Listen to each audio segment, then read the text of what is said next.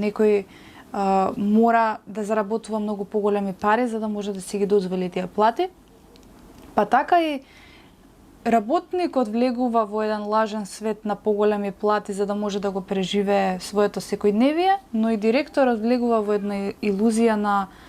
зголемување на цените на производите и услугите за да може да си ги плати своите вработени, не согледувајќи дека сето тоа доаѓа од една повисока духовна сила, сатанска сила, која што вешто ги плете овие нешта за да може во општеството да се наметне еден скап живот, кој што ќе придонесе од сите агли на општеството да се вмрежува таа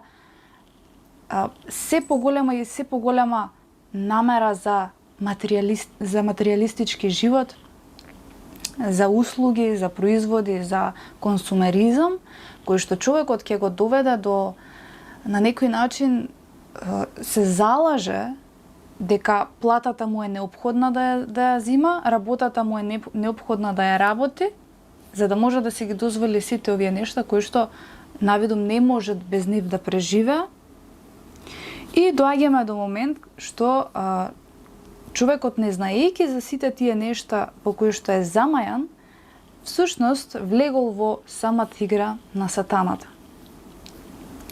Секој човек знае дека на времето пред да се развие ова современо цивилизирано општество, луѓето преживувале со помош на Божја рака, со помош на вера, со помош на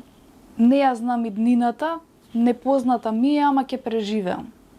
Ќе се снајдам, ќе дадам жито, ќе дадам вреќа ориз, ќе разменам со некое животно. Значи, луѓето се снаоѓале со помош на духовна помош на некој начин, преживувале како што знаеле, умееле, можеби немале вера, ама на крајот секогаш биле нахранети, секогаш им биле задоволени основните потреби. Можеби во минатото било тоа многу потешко, каде што имало многу поголема сиромаштија, меѓутоа нештата се одвивале така и луѓето на некој начин преживувале, се снаоѓале. И на крај крајава едни помеѓу други на крајот си помагале. Значи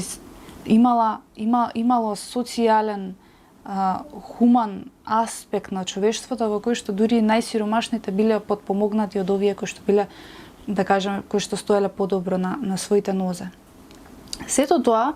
кажува за едно време кое што луѓето го немале овој наметнат начин на живење, на цивилизиран начин на живење, кој што ги притиска да влегуваат во некои замислени, измислени, општо наметнати правила на живење, патувања, хотели, ресторани, кафичи,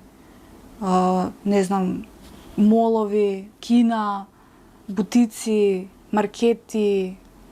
се она што е некако измислено од човекот. Значи што не е дел од природата, што не е дел од едноставниот начин на живење, што не е дел од домот, што не е дел од дворот и така натаму.